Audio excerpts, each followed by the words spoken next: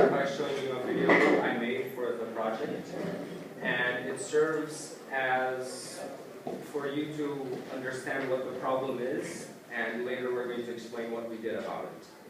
And it took many hours to make. We searched for footage and interviewed a lot of people.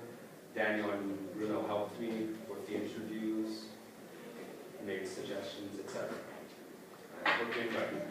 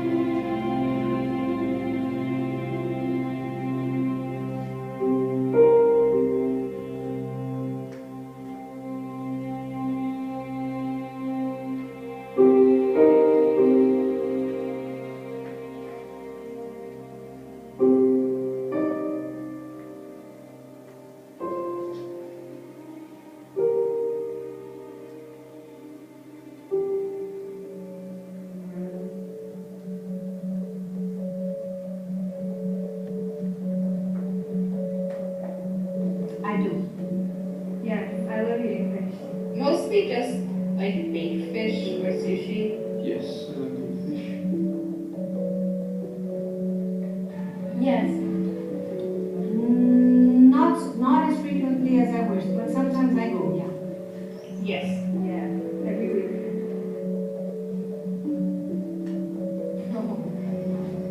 No idea. Sustainability, if I can define? I would say sustainability is when you do some kind of work or job where you produce something, but you still keep nature as it should be. To be honest, I don't know, but I would say so. Ban fishing? Only like eat fish from farms? Like fish farms, like salmon farms? Consume it in a sustainable manner. I would say that people that work with this should have strict rules on fishing. 5%, 10%, 25%, What is the question again? 50%. 25%? I would say the biggest number.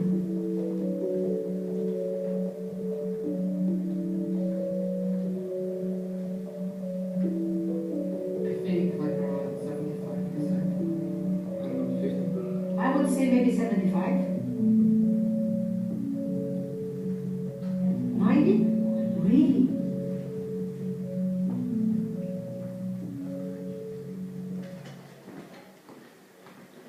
Anyway, one of the things that I find that's important to stress is one of the girls said that a solution would be to eat only farmed fish, but many of the farmed fish are not sustainable also, and we'll explain later. But for example, salmon farmed fish, for every kilo of farmed salmon, another 8 kilos of another type of fish is needed to feed the fish. So that is not sustainable. So basically, our group, we started with some initial goals. They were small goals. Some of them, basically, they were wanted to change the fish at our school. The fish we had, it was coming from Vietnam. It was called the fish called Kunga. It definitely was not sustainable. So we decided to change that. And that was basically one of our goals. We wanted also to raise awareness with our community. And kind of like a forward goal, eventually we wanted to, was to make sustainable fish available for all restaurants that serve fish in São Paulo, in our city. So our dream goal is basically to change the fish in the restaurants in São Paulo. And if the restaurants are not changing, at least put a seal saying this fish is sustainable and this is not. Like the keynote presenter said, seals are very important.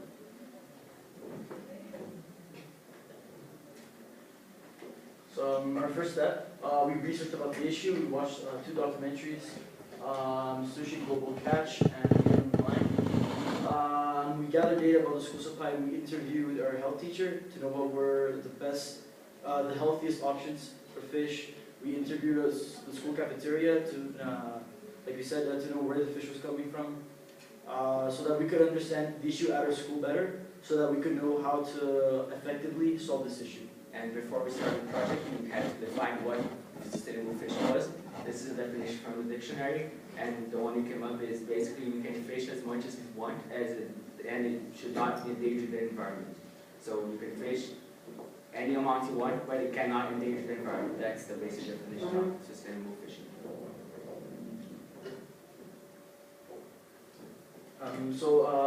The second step, we interviewed an MSC representative, the keynote speaker mentioned MSC. MSC, they stand for what? Marine Stewardship Council. Marine Stewardship Council. Basically, they monitor. They kind of serve as like they kind of monitor the seals, and every single any fish you see with their seal is sustainable. As much as possible, and this only accounts for wild catch, not farmed. There's another, not MSC, but MSC only seals wild catch. For farmed catch, it's another type of seal. And the representative of MSC also gave us a contact for a company in Brazil that fishes sustainable fish or fishes in a sustainable way. The only one also in Brazil. And so basically what the MSC is, they were founded in 1997 by the WWF. The reason for that was there was at the time there was a lot of problem with cods on the northern hemisphere. Boston, for example, and Boston, they were basically built as a colony. They were built on cods, fishing ships. Traditional English plate is made of Cotton chips. We have some clips from the interview we're going to show also, but basically they were hired by the WWF and they rely on FAO standards, the Food and Agriculture Organization. They certify about 30% of fisheries, and basically, yeah.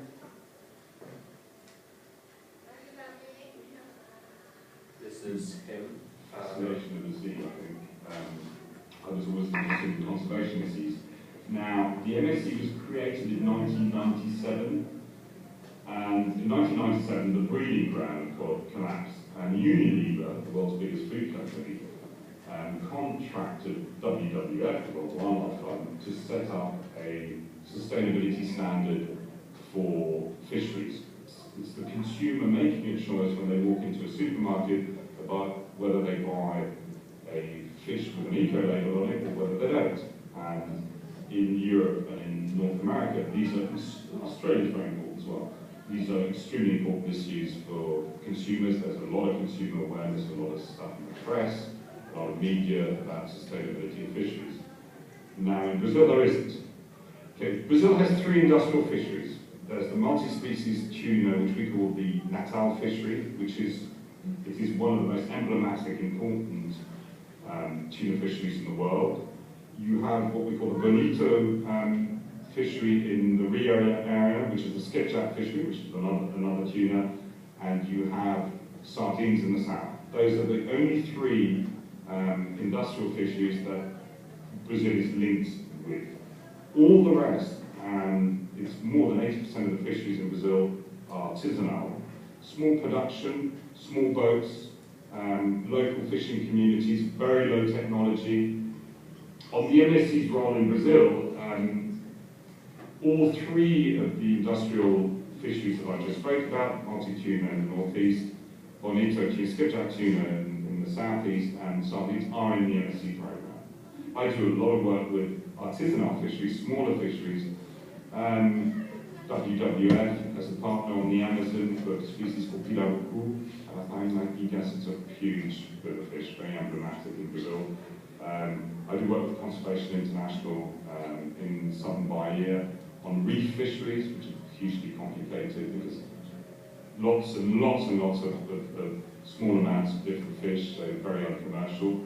I work with government here, with the Ministério de Pesca e Agricultura, basically on policy, trying to encourage them to monitor, to administer their fisheries better, more budget, more resources. There has, in the last month or so, been an important step toward in the beef industry, where they will stop. Pont de Sucre declared last week, and Walmart declared last month, they would stop buying beef from the Amazon region, from any region where deforestation has come into play. And as we all know, beef is a lot more important to Brazilians than fish. So that's a start.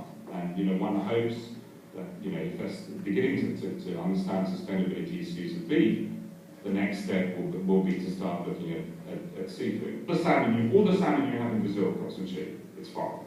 There's no wild salmon available. The farm fish is extremely important. So we are by nature a society of farmers, and there's a logic to that. If we don't farm chickens, there are no chickens left. If we don't farm beef, there are no beef left.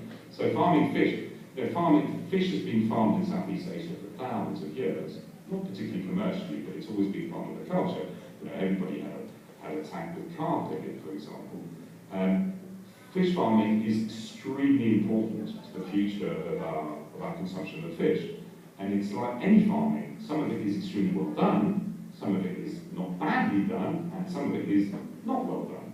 I can introduce you to a small-scale fishing project around Itajaí, Santa Catarina, Navegantes, who are trying to catch tuna sustainably, low catch, big size or bigger size, long line, in other words, pole and line, long line fishing rather than any net fishing or anything like that. And they are thinking of taking that project to sushi restaurants in Sao Paulo. I can certainly put you in touch with the people I was talking about. So look, there is a school in Sao Paulo who would like to make a difference, and maybe can support your project or broaden its awareness. And hassling people is very, very important. However small, as I said, however small you start, it really can make a difference. It might take time. It might take, and then. So he gave us a lot of information about everything, but probably the most important thing is that he gave us contact to Fish Life, which he mentioned in the video. And Bruno's going to talk about what Fish Life is, how it works, and what the partnership we have with them. Okay, so Fish Life is a company in Brazil that is actually the only company in Brazil that does sustainable fishing. And the method they use is they throw bait in the water, and they use lines, like fishing rods, to catch the fish, and not nets, because nets can damage the whole environment. And most of the fish and everything you get in the net, you use very little of it, and it's not what you want. So then by using the rods to catch the fish, you only catch what you want. Here's some information on Fish Life. They are also approved by the FAO, same as MSC. And one of their biggest perks is that they follow the laws of fair trade, which is where they will try to sell the fish at a fair price, and they won't put in the fish like oil or anything to make it tastier, they will sell the fish from the sea to the client. No chemical processing involved or anything. So the personal goals from Fish Life is change the way people see marine life. They want to show for society that fishes, and like said in the video, might go scarce in the next few years. So they want to change how people see marine life, show them that this is a real issue we have now. Guarantee fish quality without damaging the environment, as I explained before. Have a large amount of responsible clients, greater being one of them. Have prices that are fair for both the fishermen and the people buying the fish, and decrease the amount of CO2 emissions from boats. These are some of the Fish Life approved fishes. The big-eye tuna, yellowfin tuna, manka, the ones in quote-unquote, they're Portuguese terms, we're not exactly sure how they're in English, and piscisapo, salmonete, and Pablo. Also, Fish Life, normally fisheries, they catch the fish, they transfer the fish to another boat in the sea, and that other boat brings it back to shore, and then they redistribute the fish. Fish Life, what they do is they catch the fish, and then bring the fish with the same boat they caught the fish back to shore. So there's one less boat ride, and that will decrease a lot the CO2 emissions. So they're basically trying to fix two problems in one. So I was saying, our first step, we spoke to the school administration, we spoke to our superintendent, we spoke to the head of the cafeteria, Dona Emilia. We also, as I said, we spoke to the health teacher to know what were the best choices for sustainable fish, but also keep in mind a healthier option for the students. The option the school had, the bunga, as I said, was coming from Vietnam. The fish, it was being fried, and then it was a bit of it wasn't very healthy, the bunga, the fish itself. So then we Dona Emilia, we gave her the contact to Rodrigo Hashi from Fish Life. And then they started speaking together in emails, exchanging emails, information. They are currently in negotiation process. And basically that's what we do.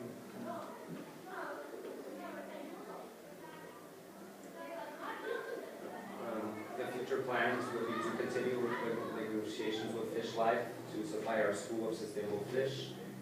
And the final goal is to have the school commit to it. And we're very close, they're almost there. They're just setting prices and quantity. And the next goal is to survey restaurants in São Paulo that sell fish. So we're going to ask them basically two major questions.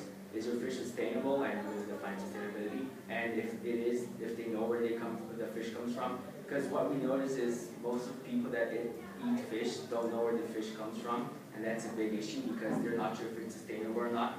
And that's what we're trying to change. So we need to enlighten the restaurants in São Paulo that sell fish. Oh, the fish you're selling is not sustainable. There's this other option called Fish Life, which sells sustainable fish. And by doing that, we're going to decrease CO2 emissions and sell sustainable fish. That's our next goal for now. And also raise awareness. We're working on awareness weeks, posters, etc. Alright, so we're gonna have a little game now. Trying to quiz you, like kind of a social experiment to see how much you know about sustainable fish. To start off, can we have two volunteers, please? If no one's If no one volunteers, we'll just take some. Second volunteer.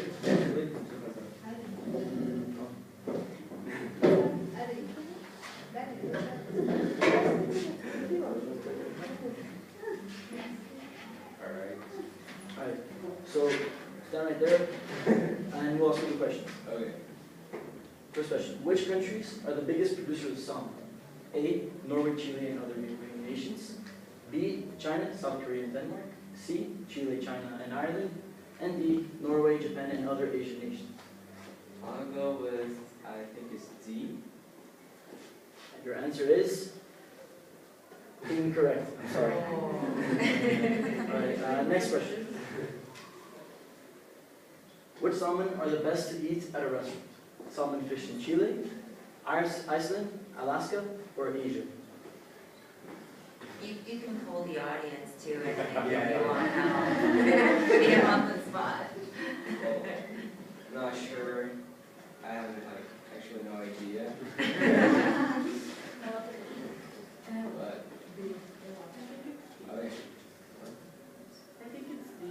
Asia? No, Iceland. Oh, alright. The Alaska. I've been in Alaska for 2 summers. Alright. Okay, for the next, who frequently eats fish anyway? Who eats fish like every day? Come on. Who eats a lot of fish? The people who, like, raise your hand if you eat fish. What's the name? That's Alright, everybody eats fish. well, Okay, awesome. of the people who raise their hand, how many of you know where their fish comes from? From the ocean. So basically, what we're trying to like get people to know like how to make the fishes at their schools better, and try to make us sustainable. Get to know the fish more, where it comes from, how it's made, and not necessarily stop completely fishing, but just get a better sense of it. Get to know it a bit better. Just anyone else want to volunteer?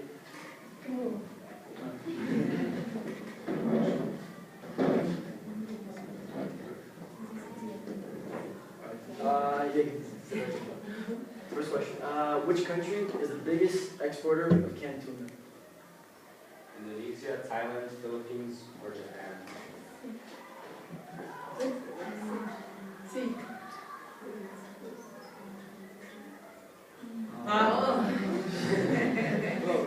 Close. Good try. Next question. Which species of tuna should you not eat at all at restaurants? Yellowfin tuna, bluefin tuna, all species of tuna, any species of tuna that comes from fish farms. Yellowfin tuna. And your answer is?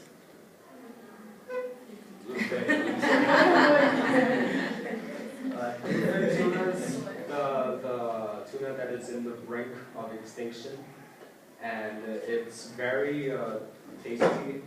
In Japan, they sell them often, but less and less often.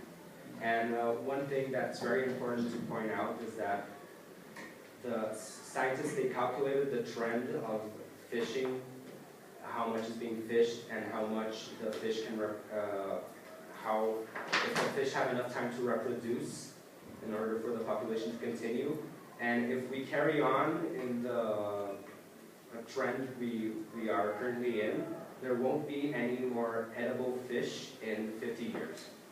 So it's something very important that most people don't know about. And changing the school supply to sustainable fish is one small step that can make a difference. So another problem with that, in the world itself, there are 1.2 billion people who rely on fish as their main source of protein. So with the fish gone, those 1.2 billion people, maybe in 50 years, that population could be a lot bigger because of reproduction also. But basically, it all comes down to like a lot of people would lose if fish go extinct.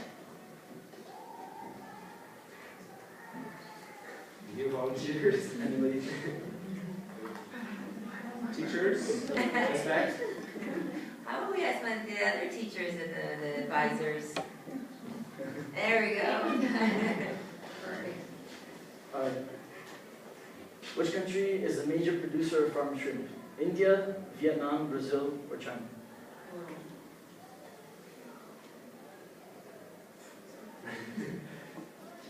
India, maybe? Answer is? Sorry. Next question. Fill in the blank. Shrimp in Canada and the US are considered the eco blank to eat. A, best. B, worst. C, okay. D, I have no idea what I'm doing, so we'll just choose this and hope something good comes out of it. Okay.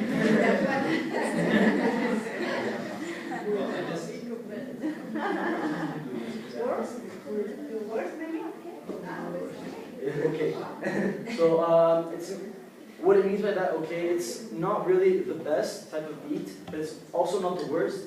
It's in between. Preferably, you should always try to eat the equal best fish at a restaurant. We're going to give you some brochures at the presentation so you can know like which best are the equal best, worst, and okay.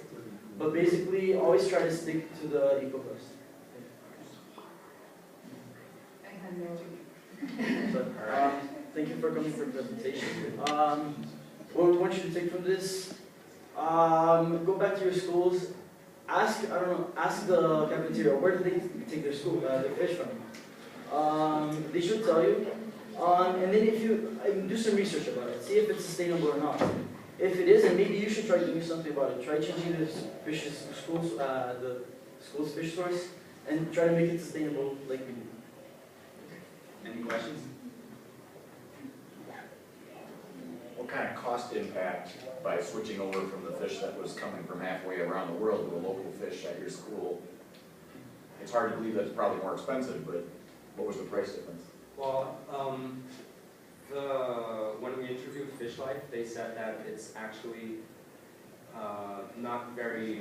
there's not such a great price difference if it comes from a faraway place, because like in terms of fish importing and exporting, Vietnam is close, so to speak. So I guess it would be, I don't think there would be a big difference. And the Fish Life, their fish comes from Brazil. So in terms of transportation, also CO2 wise, a lot less CO2 would be made like in the process, because transportation would be more efficient. More questions? Can I ask one question of the, oh, sorry, go ahead. I was going to ask if you have any luck with restaurants in Sao Paulo. I think that's such a great idea. Yeah, I mean, we're going to do our best. I think they'll come into it. There are many sushi restaurants in Sao Paulo. The biggest population of Japanese people outside Japan is Sao Paulo, so there's a lot of sushi restaurants. So I think we can make a big impact. The issue you have in mind with changing the fish from restaurants in Sao Paulo is that Fish Life is a company that started, it's a very new company, so we need to make sure that Fish Life can supply all the restaurants with the fish before we present to such restaurants Fish Life. We can't promise the restaurants a fish that will never be delivered. So that's a concern right now. Do you think that sushi restaurants are responsible of the problem, or No. No. We did some questions while we went to the sushi restaurant, just like casually asking them. Most of the restaurants have no idea where the fish comes from, and they have no idea how it's fished. So restaurants are not aware of what's going on, and that will make that fishes are not sustainable. So yeah. So also to add to that, sometimes what restaurants do, they they hire people to bring the fish to them, and sometimes they don't ask whoever brings the fish to them. They just want to know like, oh, okay, I want you to bring this so and so fish to me by a certain date. So then whoever they contracted does that, but then they never tell them like where the fish came from or how it's fished. And that's a problem. Yeah, they don't care about the environment, they care about the profit. I was curious in your cities, have you seen an increase in sushi restaurants in the last like 5 years, 10 years? I was curious.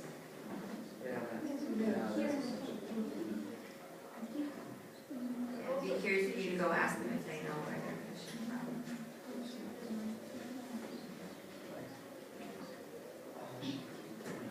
Alright, so yeah, thank you for coming. We're gonna hand you the. Do you have a question? Yeah, just, did you like transfer over to the Fish Life, like in terms of like who your supplier is? Not really. We're currently in the process of the school transferring over to Fish Life. There's still some issues with the money, and the school needs to make sure that the fish from Fish Life is healthy and that it won't endanger the students, you know, so it's almost ready. It's almost like a few weeks. The head of the cafeteria, she wants to make sure the fish from Fish Life, it's supported by the health and food ministry in Brazil, to make sure that the food, like the fish, it's not gonna pose any danger to the students or anything. But like the fish that's coming from Fish Life isn't going, because like these small economies that live off of their own fisheries, are they going to be harmed by this transfer? Is Fish Life working with these? And so that's Yeah, what Fish Fish Life. Life, they get the local people that are fishing and they buy the fish from them, so it will benefit everyone. And that's why there's the fair trade policy. Just a question. How did you come up with this idea? What was your inspiration? One of our inspirations was that we all love eating fish. Also, Ms. Beck presented us the idea, and then since we love eating fish, we didn't want our fish to finish in 50 years.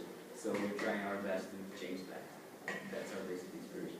The IB biology program teaches a part about fisheries, so that got kind of started some kids, and then this isn't the whole group. There's also some seniors who are in that class, and it's been about a year.